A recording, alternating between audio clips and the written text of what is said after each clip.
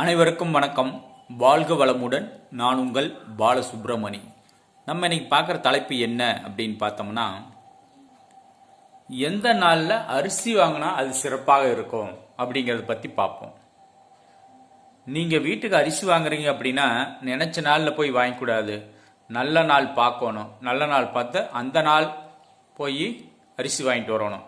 அதை விட்டுப்புட்டு ஏதோ போகிறீங்களா, போகிற அன்னைக்கு கரெக்டாக அரிசி வாங்க அமையுதா, அது நல்ல நாளோ கெட்ட நாளோ, நல்ல நேரமோ கெட்ட நேரமோ, அந்த நேரத்தில் போய் அரிசி வாங்கக்கூடாது. நீங்கள் அரிசி வாங்கும்போது இன்னைக்கு நல்ல நாள், இன்னைக்கு போய் அரிசி வாங்கலாம் அப்படின்னு முடிவு பண்ணி நல்ல நேரத்தில் போய் வாங்குங்க. திங்கிற சோறு கூட நல்ல சிறப்பாக சாப்பிட்லாம், நல்ல டேஸ்டாகவும் இருக்கும்.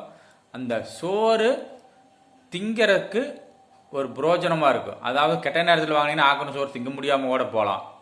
ஏன்னா இங்கே நல்ல நேரத்தில் இருக்கிறவனே ஏடா கூடம் பண்ணானுங்கன்னா நல்ல நாள் அரிசி வாங்கினா சோத்தை எடுத்து கொட்டுற மாதிரி கூட ஆகி போயிடும். அதனால் உங்களுக்கு நேரம் சரி இருந்தாலும் சரி இல்லைனாலும் சரி, பௌர்ணமி வர நாளில் போய் முதல்ல அரிசி வாங்குங்க. அதுவும் நல்ல நேரத்தில் போய் வாங்குங்க, நல்லாவே இருக்கும். என்ன கிழமை வந்தாலும் அதெல்லாம் ஒன்றும் பிரச்சனை இல்லை. நல்ல நாள், நல்ல நேரம், பௌர்ணமி நாள், இந்த நாளில் போய் அரிசி வாங்குங்க. உங்களுக்கு செல்வம் பெருகும், தரித்தனம் நீங்கும்.